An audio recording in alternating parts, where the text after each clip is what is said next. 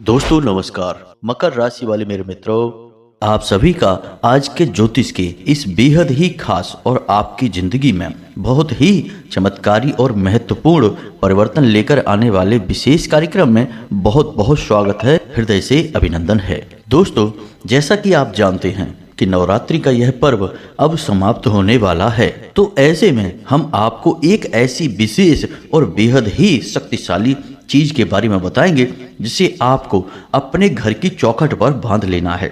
जी हाँ दोस्तों, माई की विशेष कृपा आपको जीवन भर प्राप्त होती रहेगी। साथ ही साथ भगवान श्री हरि विष्णु और माता लक्ष्मी स्वयं आपके घर में प्रवेश करेंगे। याद रखना दोस्तों कि नौ देवियों के इस विशेष पर्व में सकारात्मक ऊर्जा अपने पूर्ण चरम पर होती है, यानी कि चारों तरफ शुभ और अच्छी घटनाएं होती हैं। सकारात्मक ऊर्जा से हर एक इंसान पूरी तरह से घिरा रहता है। अब यदि उसकी व्यक्तिगत कोई समस्या है, यानी कि जादू टोना तांत्रिक क्रिया या फिर कोई घोर नकारात्मकता ने घेर रखा है, तब भले ही उसके जीवन पर नवरात्रि की सकारात्मक ऊर्जा का प्रभाव ना पड़े, अन्यथा हर इंसान को लाभ प्राप्त होता ही है। लेकिन जब यह पर्व समाप्त होगा तो याद रखना दोस्तों, एकदम से शुद्ध सकारात्मक ऊर्जा माई की कृपा समाप्त होगी या कम होगी। तब क्या होगा? जब सकारात्मक ऊर्जा कम होती है तो उसके स्थान पर नकारात्मक ऊर्जा आती है। याद रखना दोस्तों कि प्रकृति कोई भी स्थान खाली नहीं छोड़ती है।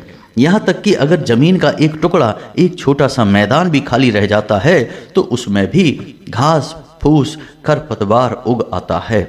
यानी कि प्रकृति कभी किसी स्थान को खाली नहीं छोड़ती।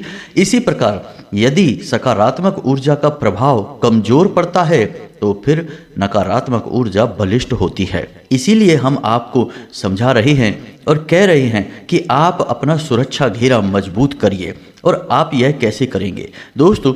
आपके घर में या फिर जीवन में कहीं भी नकारात्मक ऊर्जा प्रवेश करती है तो वह आपके घर के मुख्य दरवाजे से ही अंदर आती है। तो ऐसे में यह बहुत जरूरी हो जाता है कि आप अपने घर की चौखट का बंधन करें। ऐसी कोई एक वस्तु अपने घर की चौखट पर बांध दें जिससे कि आपके घर में सकारात्मक ऊर्जा का प्रभाव बढ़ जाए और नकारात्मक ऊर्जा भूल कर भी आपके दरवाजे तक भी ना आ पाए। प्रवेश करना तो बहुत दूर की बात है।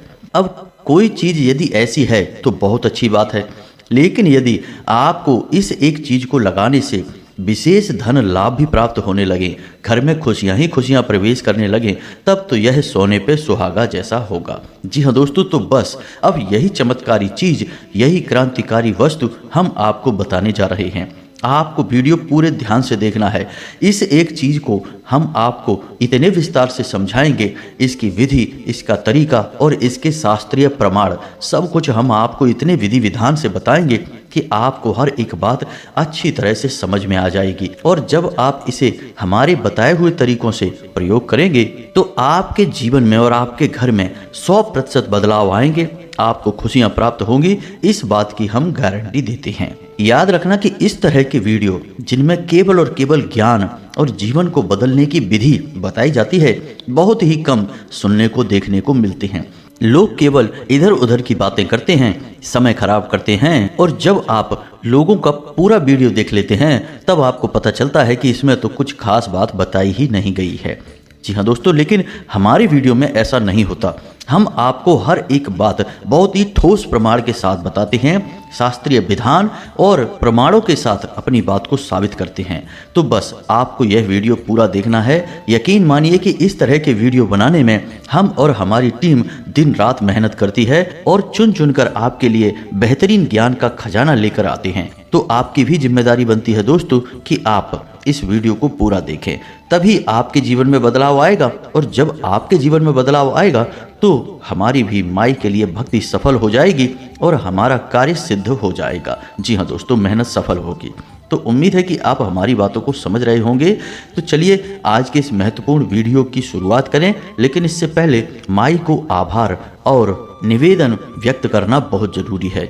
तो माई को याद करें पूरे भक्ति भाव के साथ, जैसे एक छोटा सा बालक अपनी माँ के लिए रोता बिलखता है और फिर माँ भी उसके ऊपर अपना प्रेम जी भर के लुटाती हैं। बिल्कुल वैसे ही आपको भाव उत्पन्न करना है और कमेंट बॉक्स में लिखना है जय माँ भद्रकाली कृपा करो। जी हाँ दोस्तों, एक बार नहीं 3 बार लिखना। माई की आपको पूर्ण कृपा प्राप्त होगी, हमें पूर्ण विश्वास है। इसी के साथ साथ आप अपना नाम, अपना स्थान और अपने जीवन की मुख्य समस्या इसे भी कमेंट बॉक्स में लिखकर भेजें, जिससे हमारे यहाँ होने वाली सर्व मनोकामना पूर्ति हवन में जो शनिवार के दिन किया जाता है उसमें हम आपके नाम की आहुतियाँ करवा देंगे और माई के दिव्य दरबार में आपके नाम से अर्जी भी लगा देंगे। दोस्तों याद रखना कि इस संसार में हम किसी का भी कार्य करें या फिर ना करें, लेकिन हम जो भी कार्य करते हैं उसे हम माई की सेवा समझकर ही करते हैं और माई की हम पर बहुत विशेष कृपा भी बनी रहती है।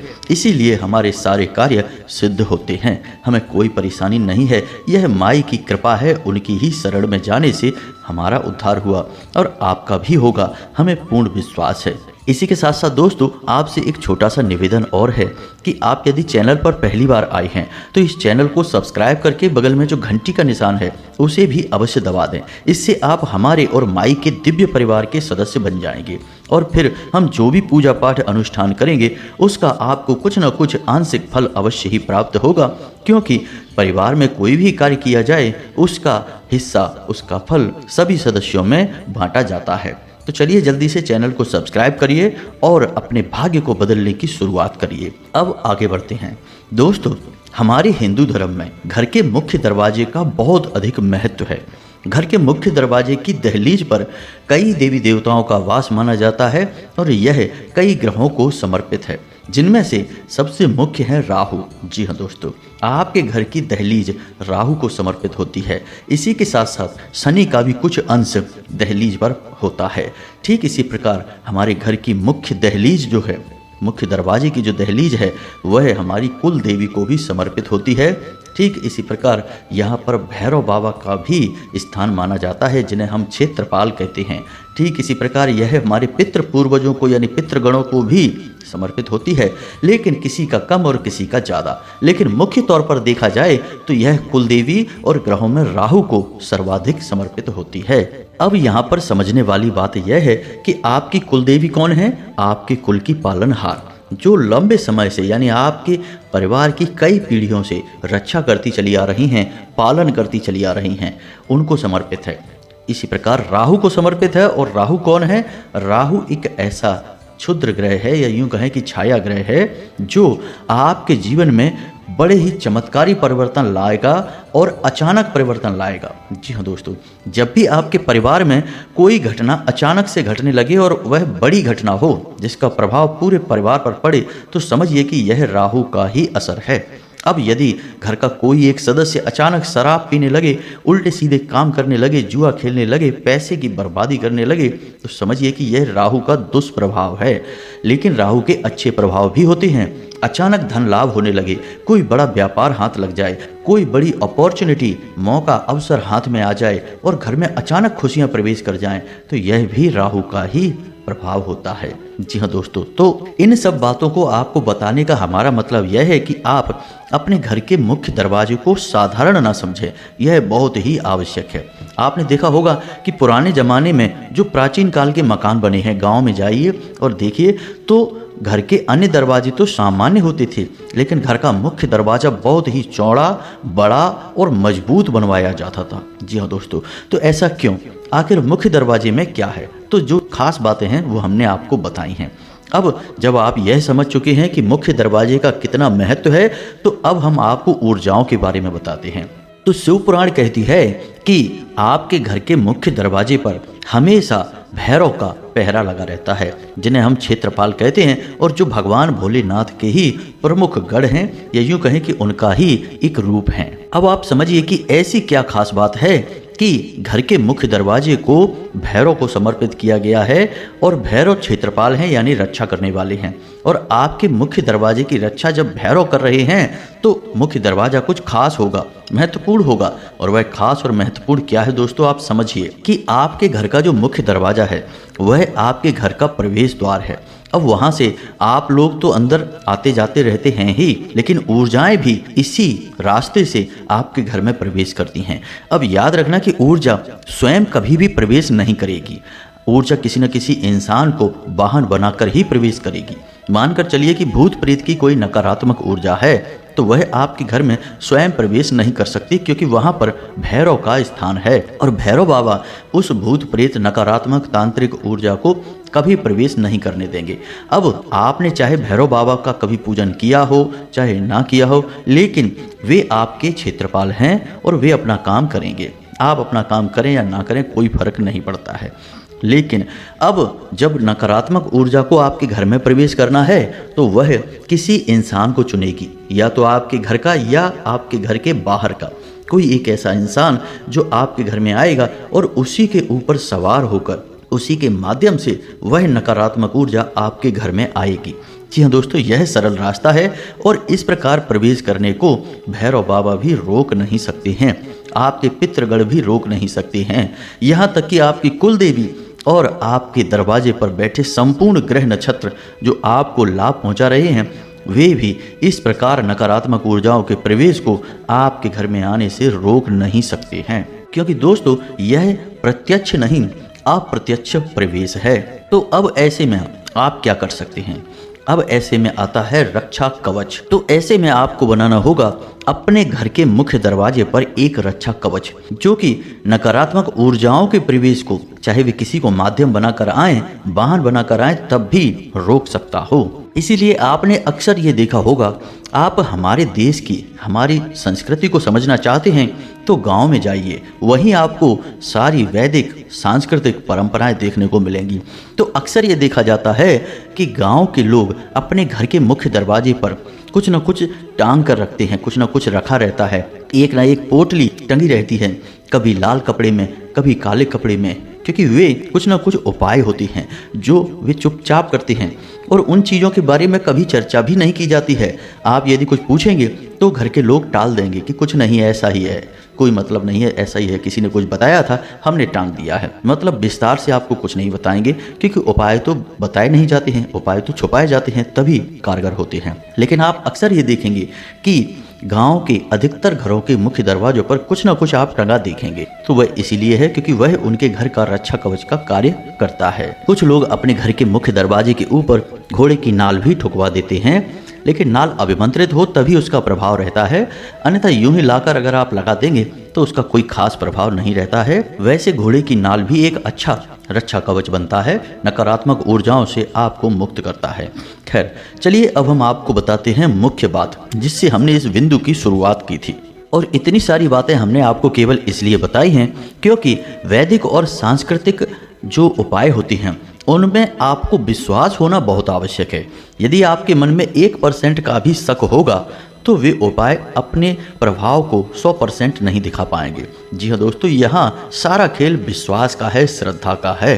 तो इसलिए हमने आपके विश्वास और श्रद्धा को मजबूत करने के लिए प्रमाणों के साथ सारी बातें बताई हैं कि हम क्यों अपने घर के मुख्य दरवाजे को महत्वपूर्ण मानकर उस पर तरह तरह के प्रयोग करते रहते हैं।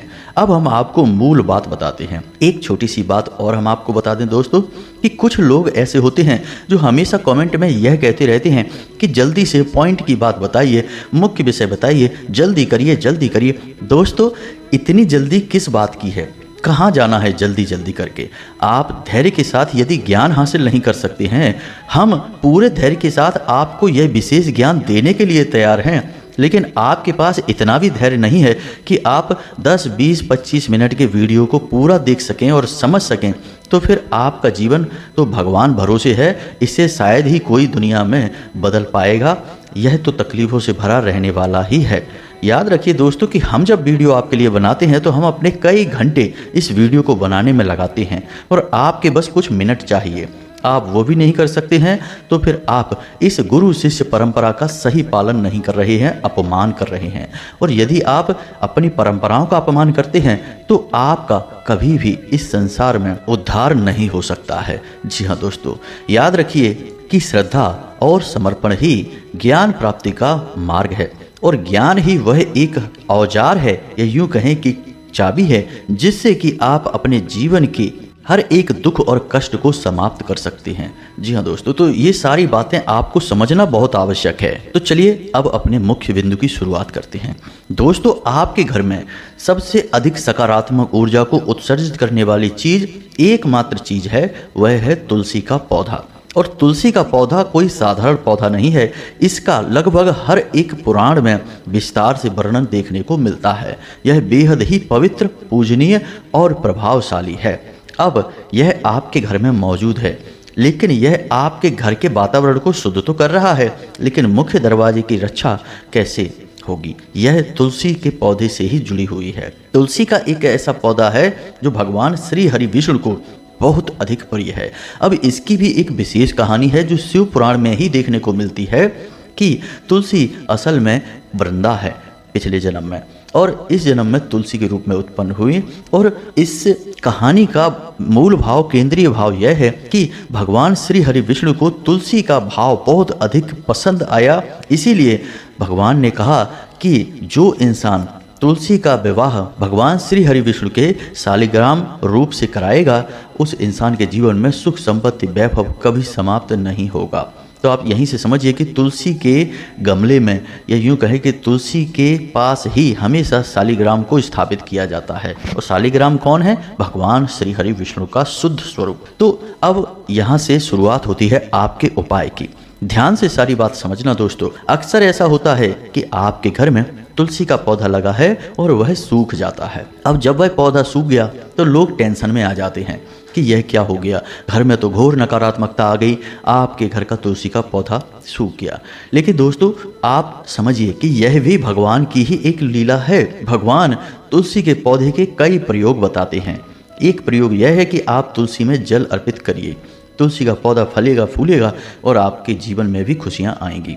साथ ही साथ यदि तुलसी का पौधा सूख जाता है तो आप उस पौधे को हटा दीजिए, दूसरा पौधा वहां पर लगा दीजिए, कोई परेशानी की बात नहीं है। यदि कोई नकारात्मक शक्ति आपके घर में प्रवेश करी भी है तो वह तुलसी का नया पौधा लगाते ही चली जाएगी। अब जो पौधा आपके घर में बचा सूखा हुआ, उस पौधे को अच्छी तरह से सुखा लें और तुलसी की जड़ का प्रयोग करना है आपको। वैसे तो तुलसी के कई प्रयोग हैं जिससे कि भगवान विष्णु को कई तरीकों से प्रसन्न किया जाता है, सभी हम आपको थोड़े थोड़े बताएंगे, लेकिन तुलसी की जड़ का मुख्य दरवाजे का प्रयोग आपको विस्तार से बताएंगे, तो ध्यान से समझना। अब यदि तुलसी का पौधा सूख गया, आपने उसे अच्छी तरह से सुखा लिया धूप में रख के, उसके बाद उसकी जड़, उस जड़ को आपको अपने घर के मुख्य दरवाजे पर प्रयोग करना है, क्योंकि तुलसी के हर एक भाग में नकारात्मक शक्तियों को दूर भगाने का विशेष गुण होता है। अब क्या करना है आपको, ध्यान से समझिए। अब जो तुलसी का सूखा हुआ पौधा है उसकी जड़ को आप अलग निकालिए। गुरुवार के दिन इस जड़ को आपको गंगा जल से पवित्र करना है। गंगा जल से पवित्र करने के बाद इसे गाय के दूध से स्नान कराना है, यानी थोड़ा सा दूध इसके ऊपर आपको छिड़कना है, यही स्नान हो जाता है। फिर इसे वस्त्र अर्पित करने हैं और इसके बाद इसे भगवान श्री हरि विष्णु के पास रख देना है। जो आपके घर में पूजा घर में भगवान विष्णु की फोटो होगी, मूर्ति होगी, तो आप वहाँ उनके चरणों में इसे रख देंगे। अब यह कार्य आपको गुरुवार के दिन सुबह करना है। जी हाँ दोस्तों, यह दिन में किया जाने वाला उपाय है। आप सुबह इस उपाय को करेंगे, यानी कि तुलसी की जड़ को वहां पर आप भगवान श्री हरि विष्णु को शुद्ध करने के बाद इसे अर्पित कर देंगे। इसके बाद आपको दिन भर यह तुलसी की जड़ भगवान श्री हरि विष्णु के पास रखी छोड़ देनी है। अब शाम के समय यानी कि रात्रि को 9 बजे के बाद, जब कोई आपको देखे ना, क्योंकि अब आपके उपाय का दूसरा भाग शुरू हो रहा है। आपको एक पीले रंग का कपड़ा लेना है।